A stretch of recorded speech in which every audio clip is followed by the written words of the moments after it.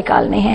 ان میں سے ایک حل جو آئیڈینٹیفائی ہوا ہے وہ کرنسی ایکسچینجز کا ہے, لیکن یہ ایک ابھی ابتدائی مراحل میں ہے, اس پر ڈسکشنز ہوں گی اور اس پہ یہ فیصلہ ہوا, فائنل نہیں ہوا ابھی اس میں یہ فیصلہ ہوا ہے کہ اس پہ فردر ڈسکشنز کی جائیں تاکہ اس پر جو ممالک اس میں شامل ہونا چاہتے ہیں, ہو سکتا ہے سارے ممالک شاید شامل نہ ہوں, لیکن جو ممالک بھی اس میں شامل ہونا چاہتے ہیں اور اس سے مستفید ہونا چاہتے ہیں اس پہ SCO کا پلیٹ فارم ایک اویلیبل ہے اور اس پر کام کیا جائے گا. اچھا, کیونکہ ہمارے تجارتی تعلقات دیکھے جائیں اوورال, اگر چائنا سے دیکھا جائے تو ہم امپورٹ ایکسپورٹ کرتے رہتے ہیں, روس کے ساتھ دیکھیں تو تیل کی مد میں ہم لے سکتے ہیں, ایران کے ساتھ بھی ہمارا یہ معاملہ ہو سکتا ہے, سبزیاں ہو یا کھانے پینے کی اشیاء بھارت کے ساتھ. تو مستقبل میں آپ کیا سمجھتی ہیں کہ اگر یہ کرنسی والا معاملہ ہوا تو معاشی طور پہ پاکستان کتنا مستحکم ہوگا؟ دیکھیں, پاکستان کی جو اکنامک استحکام ہے یہ پاکستان کے عوام اور پاکستان کی حکومت یہ اپنی خود محنت اور کاوشوں سے کریں گے, اور اس سلسلے میں گورنمنٹ نے کافی سٹیپس لیے ہیں جس میں پاکستان کی اکنامک جو پروگرس ہے اس پر فوکس ہے. جو SCO ہے وہ ایک فیسیلیٹیٹنگ میکنزم ہے. اس فریم ورک میں تمام ممالک مل کر آئیڈینٹیفائی کریں گے کہ کس طرح سے ہم مل کر کولیبوریٹ کر سکتے ہیں. اس میں فار ایگزامپل ہماری جو کسٹمز کے معاملات ہیں, آپ جب ایک ملک سے دوسرے ملک میں ایکسپورٹس کرتے ہیں تو کسٹمز کے معاملات ہوتے ہیں, اس میں اس کو کس طریقے سے ریزالو کیا جائے گا وہ ایشوز ہیں. سو زیادہ تر چیزیں یہ جو اب ہم بات کر رہے ہیں یہ ایڈمنسٹریٹو ہیں, یہ کس طریقے سے جب ایک دو ملک آپس میں ٹریڈ کریں گے تو کیا میکنزمز ہوں گے اس کی ڈسکشن ہو رہی ہے. پھر یہ کہ آپس میں جو ٹریڈ باڈیز کی کولیبوریشن کی بات ہو رہی ہے, کیونکہ ان دی اینڈ جو ٹریڈ ہوتا ہے یہ پرائیویٹ سیکٹر کرتا ہے, گورنمنٹس نہیں کرتی ہیں. تو ہمارا مقصد, گورنمنٹس کا مقصد یہ ہوتا ہے کہ آپ ان کو بزنسز کو اپرچونٹیز دیں تاکہ وہ زیادہ سے زیادہ ٹریڈ کو فروغ دے سکے. تو یہی SCO کا بھی مقصد ہے کہ اس طرح کے میکنزمز بنائے جائیں کہ ٹریڈ آسان ہو. اور یہ ایک ایشو آپ نے بتایا, فار ایگزامپل یہ جو کرنسی ایکسچینج کے معاملات ہیں, اس کے علاوہ اور بھی چیزیں ڈسکس ہو رہی ہیں, ٹریڈ باڈیز کی آپس میں کولیبوریشن کی بات ہو رہی ہے. اس کے علاوہ یہ بھی بات ہو رہی ہے کہ کس طرح سے کسٹمز کی آرگنائزیشنز آپس میں کولیبوریٹ کر کے ایک دوسرے سے ایکسپیرینس شیئرنگ کرتے ہوئے انشور کریں کہ جب ایک ملک کی ایکسپورٹس دوسرے ملک میں جاتی ہیں تو وہاں پر جو بیوروکریٹک پروسیجرز ہوتے ہیں اس کو فیسیلیٹیٹ کیا جائے. اچھا میم, عموماً دیکھا گیا ہے یہ چیز کہ جب بھی پاکستان ترقی کی راہ پر گامزن ہوتا ہے یا کسی فورم میں حصہ بنتا ہے, پارٹیسپیٹ کرتا ہے, خاص طور پہ SCO کی بات کریں تو کچھ دوست ممالک کہیں یا کچھ ممالک اعتراضات بھی کرتے ہیں, یا وہ یہ نہیں چاہتے کہ جیسے CPEC ہے تو کچھ ممالک نہیں چاہتے CPEC کا منصوبہ ہو. تو یہ اتنی کامیاب کانفرنس ہوئی اور اس میں کافی چیزیں کافی کلیئر ہوتی گئیں, اور آگے چل کے مستقبل کا جیسے آپ بھی ذکر کر رہی ہیں کہ معاملات بہتر ہوں گے, تو آپ سمجھتی ہیں کہ وہ ممالک, کوئی بھی جس کا ہم نام نہیں لینا چاہتے, وہ ممالک کیا ان کو بھی اعتراضات ہوں گے شنگھائی پہ؟ دیکھیں, شنگھائی کوآپریشن آرگنائزیشن ایک, جس طرح سے ابھی میں نے شروع میں کہا 10 ممالک کی ایک تنظیم ہے. اس میں بالکل ہمارا تو مقصد یہی ہے, اس آرگنائزیشن نے بارہا کہا ہے کہ یہ اکنامک کولیبوریشن اور پیس اور سیکیورٹی کے لیے ہے. یہ کوئی آرگنائزیشن کوئی ڈیفنس پیکٹ نہیں ہے, تو کسی کو اس پر اعتراض نہیں ہونا چاہیے. اگر کسی کو ہے مسائل, آف کورس کچھ ممالک کو اعتراضات ہیں, ان کے اعتراضات اپنی طرف, لیکن ہم سمجھتے ہیں کہ یہ ایک آرگنائزیشن ایسی ہے جس کا بڑا پوٹینشل ہے, اور تمام ممالک مل کر ٹیررزم کے خلاف جو ہمارے خطے میں ایک بہت بڑا خطرہ ہے, اور ایکسٹریمزم کے خلاف, اور اکنامک کوآپریشن اور پیس اینڈ سیکیورٹی کے لیے مل کر نئے فارمولا اکٹھے بھی کر سکتے ہیں اور کام بھی کر سکتے ہیں. اور یہ کسی طرح سے بھی ایک ڈیفنس پیکٹ نہیں ہے, اس لیے کسی بھی اور ملک کو اس پر اس کی جو ہماری کولیبوریشن ہے اس سے تکلیف نہیں ہونی چاہیے. دو بڑے ممالک اس کا حصہ ہیں. شنگھائی خود بھی ظاہر بات چائنا سے بنیاد پڑی, چین, روس, دو بڑے اہم ملک اس کا حصہ ہیں. آپ بطور ریپرزینٹیٹو اسپوک پرسن آپ پاکستان چاہیں گے کہ امریکہ کو بھی اس کا حصہ ہونا چاہیے؟ دیکھیں, یہ نہ ان کی طرف سے کوئی اس طرح کی خواہش کا اظہار کیا گیا ہے, نہ ہی ایس سی او نے اس طرح کی کوئی ڈسکشن کی ہے اس معاملے پر. دوسری بات یہ اہم بات ہے کہ یہ ایک ریجنل آرگنائزیشن ہے, تو جو ہمارے خطے کے لوگ ہیں, خطے کے ممالک ہیں, یہ ان کی آرگنائزیشن ہے, یہ ایکسٹرا ریجنل نہیں ہے. تو اسی کانٹیکسٹ میں اس آرگنائزیشن کو دیکھنا چاہیے. بریک لیتے ہیں, بریک کے بعد کنٹینیو کرتے ہیں. وقت ہوا بریک کا, بریک کے بعد دوبارہ.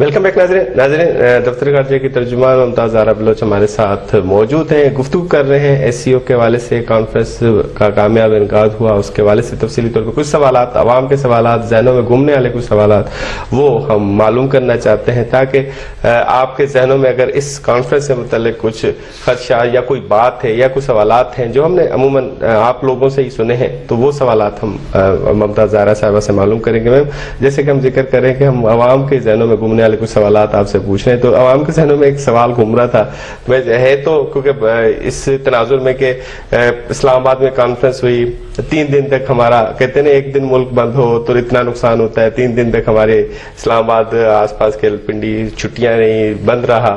تو کچھ تاجر جو تھے وہ کہتے جی ہمیں نقصان بڑا ہوا, تو ان کو سیٹسفائی کرنے کے لیے کہ بھی ہم نے ایک جانب چھوٹا سا نقصان کیا تو لانگ ٹرم ہمیں فائدہ کون سا ہوا اس کا؟ دیکھیں, یہ جو آرگنائزیشن تھی, یہ جو کانفرنس تھی, اس کی کامیابی پاکستان کے لیے بہت اہم تھی, اور اب یہ کانفرنس منعقد ہو چکی ہے. اس کی باز گشت صرف اس خطے میں نہیں بلکہ ساری دنیا میں سنائی دی گئی ہے. پاکستان کی یہ جو کانفرنس تھی, پاکستان نے کئی سال بعد اس پیمانے پر ایک انٹرنیشنل کانفرنس کی ہے. 1997 میں OIC کا ایکسٹراڈینری سیشن ہوا تھا جب ورلڈ لیڈرز یہاں آئے تھے. اس کے بعد کانفرنسز ہوئی ہیں جس میں ورلڈ لیڈرز آئے ہیں, لیکن اتنے پیمانے پر اتنے بڑے ممالک کے لیڈرز ایک وقت میں پاکستان میں موجود نہیں تھے. ہمارے لیے یہ اہم تھا کہ جو لوگ پاکستان آئیں وہ پاکستان کی مہمان نوازی سے ایک اچھا امپریشن لے کر جائیں, اور اس ساری پروسیس میں بہت اہم تھا کہ جو لیڈرز آ رہے ہیں ان کی سیکیورٹی کو یقینی بنایا جائے. اور یہ ہماری سیکیورٹی آفیشلز کا یہ خیال تھا کہ اس پہ فل پروف سیکیورٹی کس طرح سے کی جائے گی, یہ ہماری سیکیورٹی ایجنسیز نے ڈٹرمن کیا تھا. اس میں ایس سی او نے نہیں ہمیں بتایا کہ کس طرح سے سیکیورٹی فراہم کی جائے گی, اور یہ بہت ضروری اس لیے تھا کہ خدا نہ خواستہ کوئی انسیڈنٹ نہ ہو جائے, اور جب یہ کانفرنس ہو تو تمام لیڈرز خیریت سے اپنے ملک واپس چلے جائیں اور ہم آگے کے لیے ایک نیا راستہ کھول سکیں. ابھی آپ کے لیے آپ یہ جان کر آپ کو خوشی ہوگی کہ آگے ہم نے اور بھی امپورٹنٹ انٹرنیشنل کانفرنسز کرنی ہیں. ایس سی او کی اور اہم کانفرنسز بھی پاکستان میں ہونی ہیں. تو یہ بڑا ضروری تھا کہ ایک دفعہ اس طرح کا میسج چلا جائے کہ پاکستان نہ صرف اس طرح کی کانفرنسز سکسیسفلی ہوسٹ کر سکتا ہے بلکہ ان کی صدارت بھی کر سکتا ہے. یہ ہم نے میسج بڑا کلیئرلی اب دنیا کو دیا ہے. تو ہوپ فلی آگے ہماری جیسے سیکیورٹی کی ایجنسیز سیکیورٹی کو امپروو کریں گی, یہ والے مسائل بھی کم سے کم ہوتے جائیں گے. آپ نے کہا کہ ہم سیکیورٹی فراہم کی گئی, ہم نے ثابت کیا کہ پاکستان پرامن ملک ہے. یہاں پہ عام دورفت یقینی طور پہ انڈین جرنلسٹ کی کچھ تصویریں بھی سوشل میڈیا پہ وائرل ہیں کہ وہ آزاد طریقے سے کسی ہوٹل پہ بیٹھ کے کھانا کھا سکتی ہیں, تو اس کا مطلب ہے پاکستان بڑا محفوظ ملک ہے. لیکن جے شنکر صاحب جب بھارت کے وزیر خارجہ یہاں پہ آئے تو انڈین میڈیا کی جانب سے کچھ باتیں کی گئی کہ جے شنکر نے جی دہشت گردی کا اظہار کیا.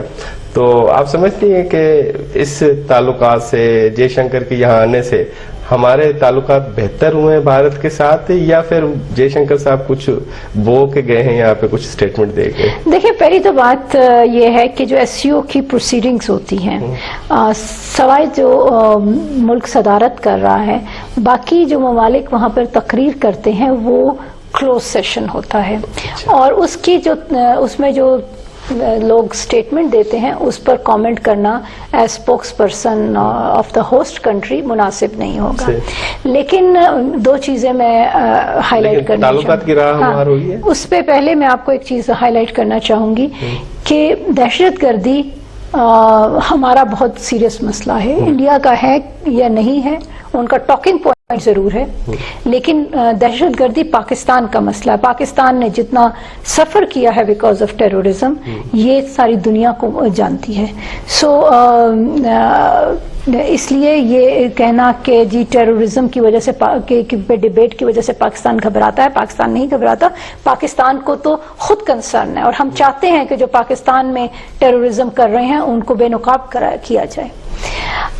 دوسری چیز جو آپ نے بات کی regarding the visit of the Indian minister for external affairs, Pakistan کے پرائم منسٹر کی طرف سے تمام ایس سی او کے جو ہیڈز آف گورنمنٹ ہیں ان کو انویٹیشنز ارسال کیے گئے. انڈیا نے یہ مناسب سمجھا کہ اپنے منسٹر آف ایکسٹرنل افیئرز کی لیول پر پارٹیسپیٹ کریں. وہ ہمارے گیسٹ تھے, اور ہم نے یہ ثابت کیا کہ پاکستان ایک ایسا ملک ہے جو بڑے ہی کھلے دل سے اپنے مہمانوں کو ویلکم کرتا ہے, اور ہم نے اسی حساب سے Indian minister for external affairs کو بھی ویلکم کیا تھا. مستقبل میں سلسلہ جاری رہے گا آنے جانے کا؟ دیکھیں, یہ ابھی اس سلسلے میں ہمیں معلوم ہونا چاہیے کہ دونوں ممالک کی اس پہ اسٹیٹمنٹ ہے.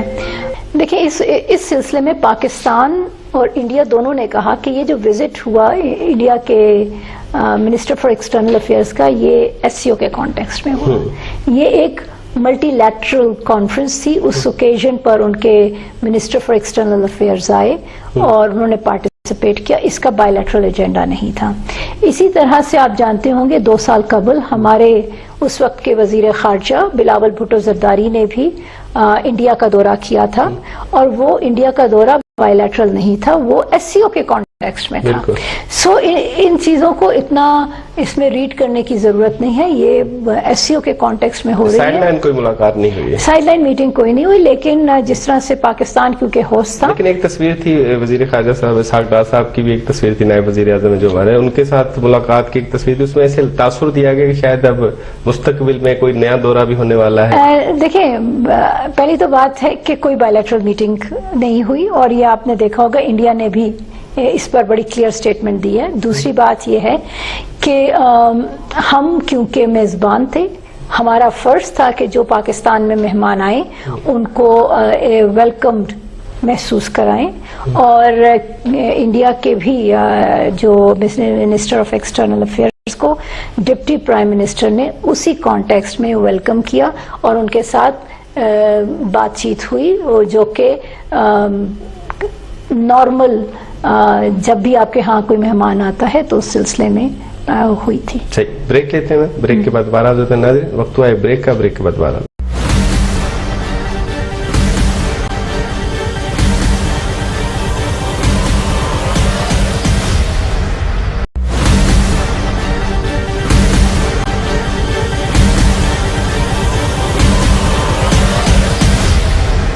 ویلکم بیک ناظرین, ہم گفتگو کر رہے ہیں ممتاز زہرا بلوچ صاحبہ سے, اور دفتر خارجہ کی ترجمان ہے. گفتگو کا سلسلہ جاری ہے.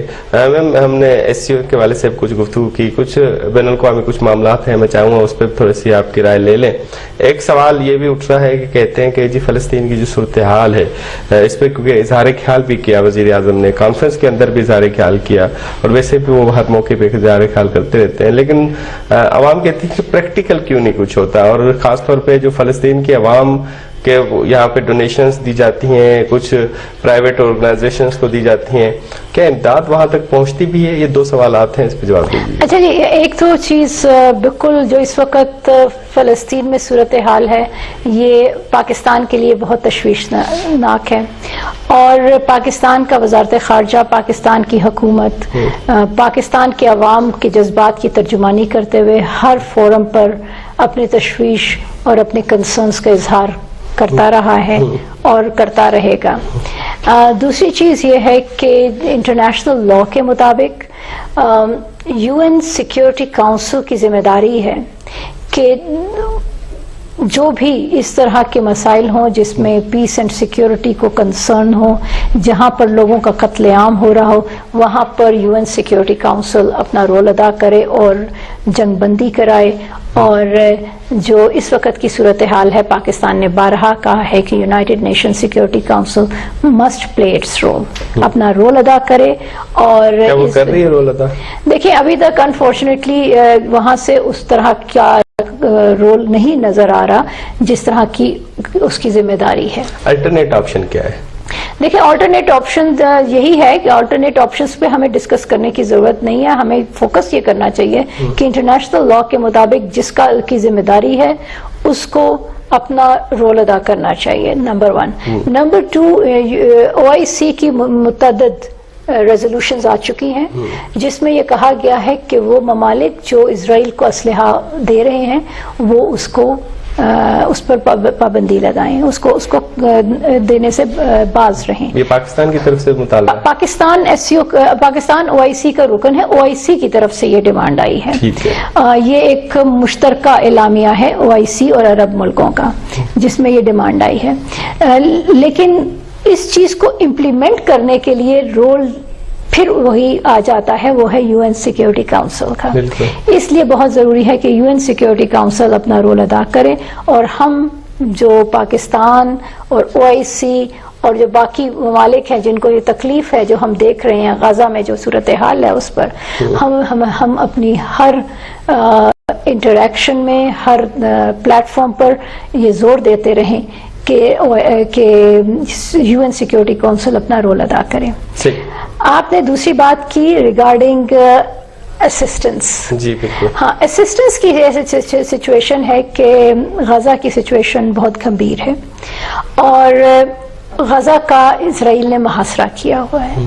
وہاں پر پانی, خوراک, ادویات جانے میں بہت بڑے چیلنجز کا سامنا ہے, نہ صرف پاکستان کو بلکہ یونائٹڈ نیشنز کو اور انٹرنیشنل ڈونرز کو. پاکستان نے جو اب تک جو راستہ اپنایا ہے وہ 2 راستے اپنائے ہیں.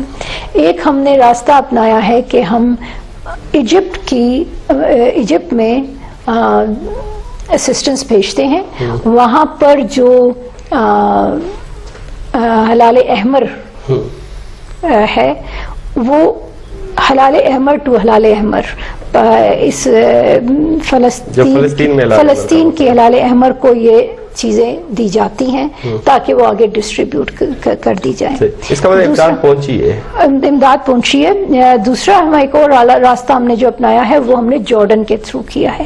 جارڈن نے بہت سارا امداد جو ہے وہ آسمان سے ایئر ڈراپ کیے, تو پاکستان نے بھی جارڈن کے ساتھ مل کر ایئر ڈراپس کیے ہیں. اور آپ اگر کچھ ویڈیوز اگر آپ دیکھیں آن لائن. لیکن ایک چیز ہے, میں یہاں پہ کوئی سوال پوچھوں گا کہ گورنمنٹ سطح پہ امداد پہنچی ہے یا پرائیویٹ سیکٹر کی امداد پہنچی؟ دیکھیں جی, گورنمنٹ کی تو پہنچی ہی ہے, پرائیویٹ سیکٹر کی جو امداد پاکستان گورنمنٹ کے تھرو جا رہی ہے وہ ہمارے پاس امانت ہے. فلسطین کے عوام سیکٹرز ہیں وہ بھی گورنمنٹ کو ہی دیتے ہیں, گورنمنٹ کے تھرو بھجوا رہے ہیں. اچھا, پرسنل انڈیویجول نہیں بھجوا. دیکھیں بات یہ ہے کہ وہاں پہ پہنچانا آسان نہیں ہے, اور ان کو تو ہمارے کیونکہ پاکستان کے جہاز جا رہے ہیں, ایئر فورس کے جہاز جا رہے ہیں یا نیول شپس جا رہی ہیں, تو وہ اسی کے تھرو جا رہے ہیں.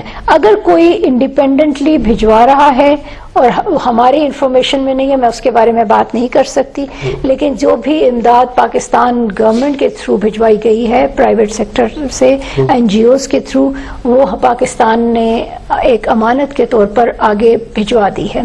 لیکن چیلنج اس وقت سب سے بڑا یہ ہے کہ جو اسرائیل نے محاصرہ کیا ہوا ہے، جہاں پر اسسٹنس انٹر ہونے میں بہت بڑے چیلنجز ہیں، اس کا ایک سلوشن نکالا جائے۔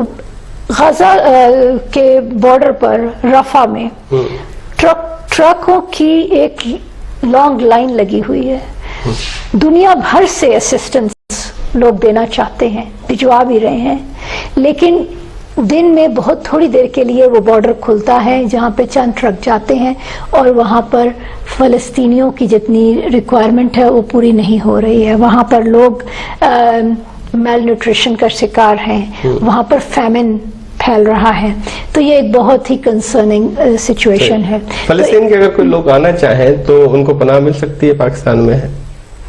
دیکھیں حال ہی میں کچھ اسٹوڈنٹس بھی آئے تھے۔ دیکھیں اس وقت سچویشن یہ ہے کہ جیسے آپ جانتے ہیں کہ غزہ کا محاصرہ ہوا ہے، وہاں سے لوگ نہ اندر آ رہے ہیں نہ باہر جا سکتے ہیں۔ ابھی فلسطینی اسٹوڈنٹس کو جو لایا گیا ہے، یہ انیشل ڈیز میں اور ملکوں میں چلے گئے تھے۔ اچھا، وہ وہاں سے فلسطین سے نہیں، یہ فلسطینی ہی ہیں اور فلسطین میں ہی رہتے تھے، لیکن یہ ہے کہ یہ جب انیشل اچھے دنوں میں جب یہ اچھے دن تو نہیں تھے، جب یہ جنگ شروع ہوئی کہ شروع کے دنوں میں یہ وہاں سے نکل آئے، تو یہ وہ لوگ ہیں، ان کو پاکستان گورنمنٹ نے، ان کے یو کے میں ہیں اور بھی جگہوں پر ہیں، تو پاکستان نے، کیونکہ ان کی تعلیم متاثر ہو رہی تھی، تو پاکستان نے آفر کی کہ ہم ان کی جو تعلیم متاثر ہو رہی ہے، پاکستان ان کو فیسیلیٹیٹ کرے گا اور ان کی تعلیم مکمل ہونے تک ان کو امداد دیں گے۔ اچھا میم، آپ تھوڑی سی تاریخ پہ نظر ڈالیں تو 70s میں فلسطین کی یہی صورتحال تھی، تو پاکستان نے 2 آپشن دیکھنے میں ملے تھے ہمیں۔ ایک تو عرب کنٹری کی طرف سے پیٹرول بند کر دیا گیا تھا کچھ ممالک کا، جس پہ دباؤ آیا، اور پاکستان کی جانب سے فورسز بھی گئی تھی۔ تو اس طرح کا کوئی آپشن، عوام کا ذہن میں سوال ہے کہ اس طرح پریکٹیکل آپشن کیوں نہیں کر سکتا پاکستان؟ کیا حائل رکاوٹیں ہیں؟ دیکھیں، یہ پہلی تو بات ہے، پاکستان تو آئل پروڈیوس نہیں کرتا، ٹھیک ہے، تو ہم یہ سوال ہم سے نہیں ہے، کسی اور ممالک سے کیا جائے۔ ہاں، پاکستان کیونکہ پروڈیوس نہیں کرتا، نہ ہی ہم ایکسپورٹ کرتے ہیں۔ ماضی کا ایگزامپل بتائیے نا کہ اس طرح ہوا تھا۔ دوسری بات یہ ہے کہ پاکستان کے اسرائیل سے نہ کوئی تعلقات تھے، تو ہم کوئی ایکسپورٹ کرتے ہی نہیں، تو ہم پابندی کیا لگائیں گے، ٹھیک ہے۔ دوسری چیز جو سچویشن ہے ریگارڈنگ فورسز، اس میں ہمیں تھوڑی کلیئرٹی ہونی چاہیے۔ پاکستان کے اپنے سیکیورٹی چیلنجز ہیں، ہماری فورسز پاکستان کی ڈیفنس کے لیے ہیں، اور پاکستان نے اپنے ملک ہم نے اپنی سرزمین کو پروٹیکٹ کرنا ہے۔ سو یہ انفارچونیٹ سچویشن ہے، لیکن یہ ایک ریالٹی ہے۔ پاکستان کی فورسز باہر جا کے کسی اور جگہ پر انٹروین نہیں کر سکتی۔ ہمارا کام، ہمارا فرض اپنے ملک کا دفاع ہے، جو ہم پوری طرح سے انشور کریں گے۔ اچھا، میں افغانستان پہ آخری سے میں 2-3 سوال افغانستان کے حوالے سے کرنا چاہیں گے۔ آپ کو یاد ہوگا کہ پچھلے سال افغانستان کے حوالے سے کیمپین بھی چلی تھی نگران گورنمنٹ میں کہ افغان شہریوں کا انخلاء جو غیر قانونی رجسٹرڈ ہیں، وہ معاملہ دب سا گیا ہے، کیا چلے گئے سارے افغان؟ دیکھیں، دب سا نہیں گیا۔ پاکستان، آپ کو یاد ہوگا کہ یہ جو پاکستان کا ایک اسٹریٹجی آئی تھی، ایلیگل فارینرز ریپیٹریشن اسٹریٹجی، اس کے 3 مراحل تھے۔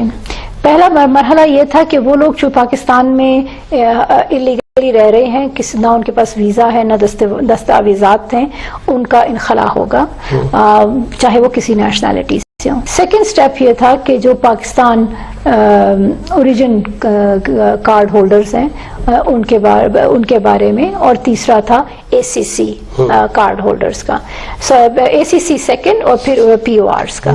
تو یہ پہلا مرحلہ بڑی تیزی سے چلا، آپ جانتے تقریباً اب سال ہونے والا ہے، اور اس میں بہت سارے لوگ اپنی خواہش سے پاکستان سے گئے، اور انہوں نے اپنے ان میں سے موسٹلی افغان تھے جو کہ اپنے ملک جا چکے ہیں.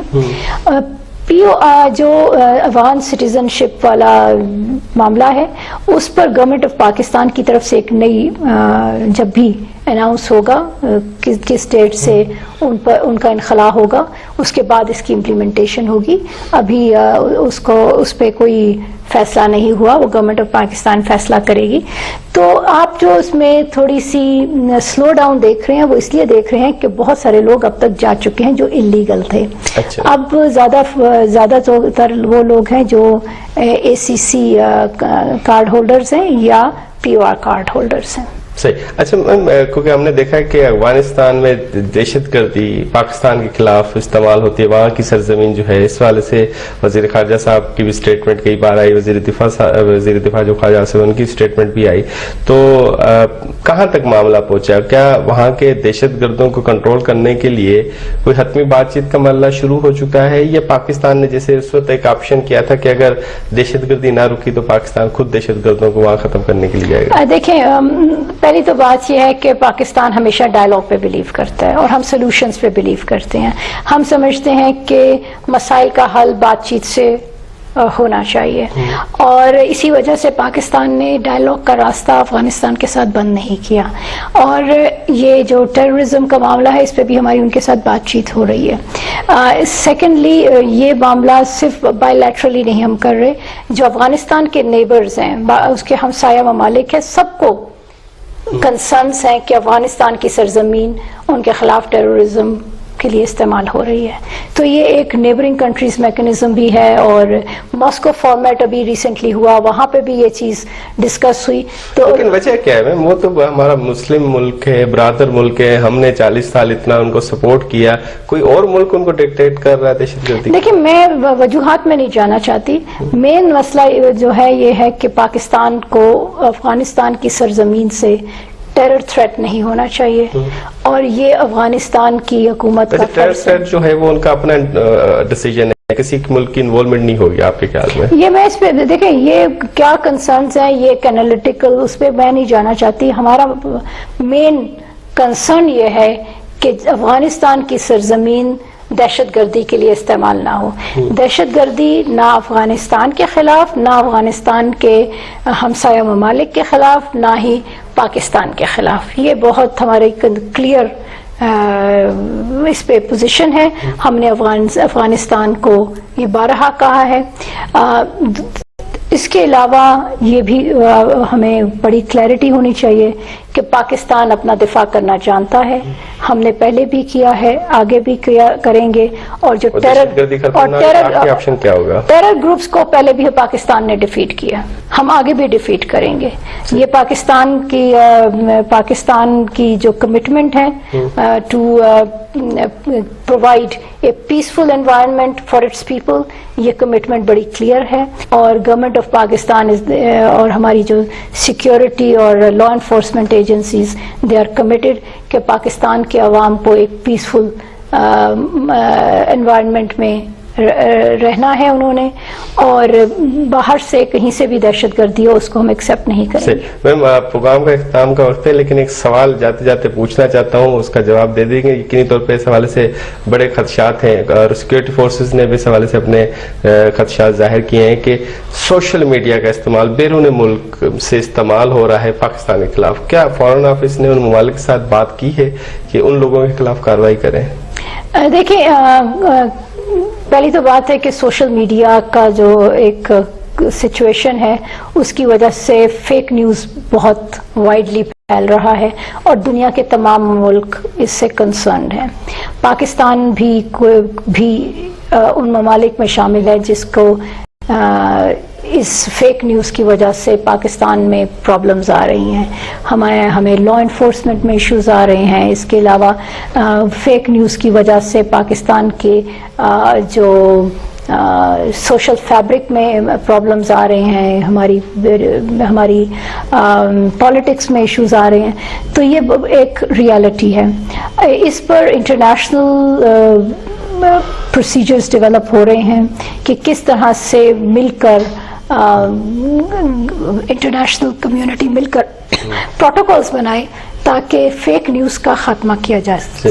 سیکورٹی فورسز نے رابطہ نہیں کیا کہ اب ان ممالک کے ساتھ کوئی مراسلہ؟ دیکھیں جو ہماری ایشوز ہوتے ہیں اس طرح کے بائی لیٹرل مختلف ممالک کے ساتھ، وہ ہمارے ایسی چیزیں ہیں جو ہم پبلک میں ڈسکس نہیں کرتے. جو ڈپلومیسی ہوتی ہے اس میں چیزیں بائی لیٹرلی ڈسکس ہوتی ہیں، ہر چیز پبلک نہیں کی جاتی، نہ ہی میں آج اس پلیٹ فارم پر پبلک ڈسکشن کرنا چاہوں گی. بہت بہت شکریہ، آپ نے اپنا قیمتی وقت دیا اور کچھ اہم سوالات ایس سی او سے متعلق اور ساتھ ہی ہمارے کیونکہ افغانستان اور فلسطین کے معاملات بھی تھے اس حوالے سے بھی جوابات دیے. آپ نے اپنا قیمتی وقت دیا، بہت بہت شکریہ. ناظرین، ہمارے ساتھ ممتاز زہرا بلوچ تھیں. آج کے اس پروگرام میں ایس سی او سمیت دیگر اہم معاملات پہ گفتگو کی. اس کے ساتھ اپنے میزبان مدثر کو دیجیے گا اجازت.